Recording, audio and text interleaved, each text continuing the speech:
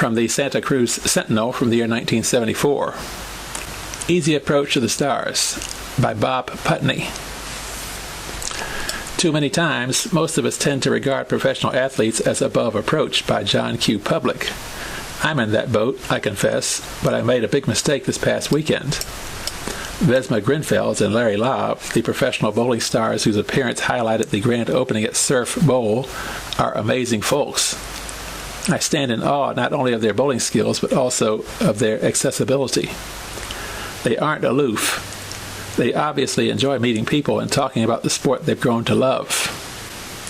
It must seem like a pain in the gluteus maximus to them, meeting all kinds of people and answering the same questions over and over, right?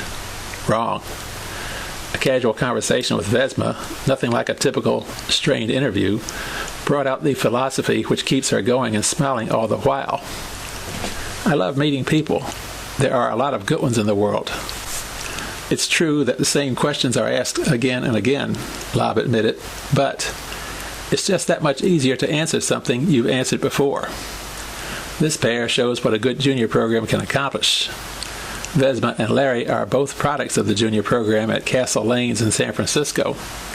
They and Pat Costello, another former Castle Lanes junior, all made the 1973 All-American team. There were only 10 bowlers from throughout the U.S. so honored, and 3 of them coming from one bowling center is astounding.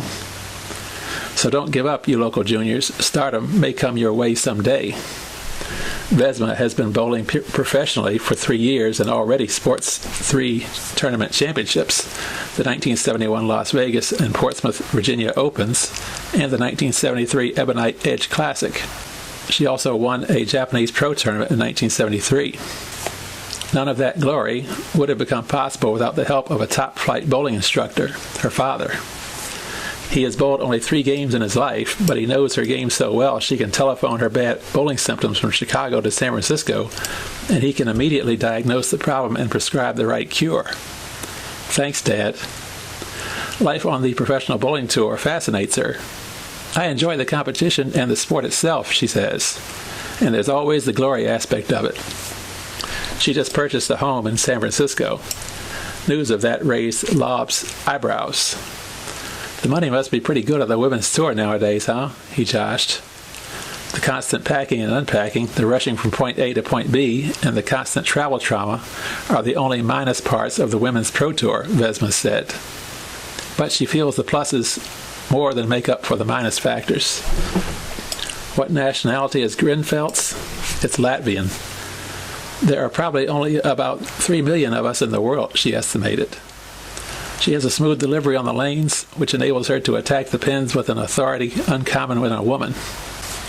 She averaged slightly better than 203 pins per game in pro tournaments last year, a high-scoring season for everyone, while this year she's been competing at a 198 clip.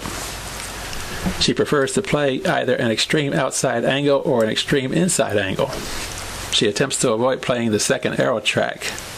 In layman's terms, that's the area on a bowling lane which receives the most play and therefore wears down faster and becomes unpredictable. She's pointing towards the Brunswick Women's World Open in Deerbrook, Illinois, near Chicago.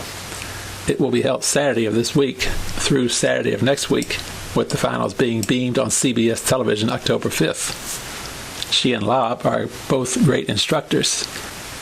If they can help Fifi LaFleur with her game, they can help anybody.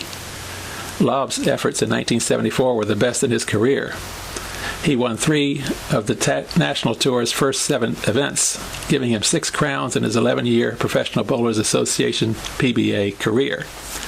He packed a 215 per game wallop. His greatest asset is a super straight arm swing, although he's fallen into a bit of a slump lately, partially because his swing is a little outside of its normal line. I'd like to bowl at least another 10 years professionally, said Lobb, who says that the most difficult part of pro bowling is the mental pressure. But it's not like a job at all. Everything is different all the time. It's never the same old thing. Pro bowlers police themselves through a system of fines that now begin at $20 and then go to $50 and $100 before suspension becomes the next step, Lobb indicated. But Larry Lobb and Vesma Grinfelds won't ever have to worry about anything like that. They're super people. Meeting them has to be one of the highlights of my first 32 years.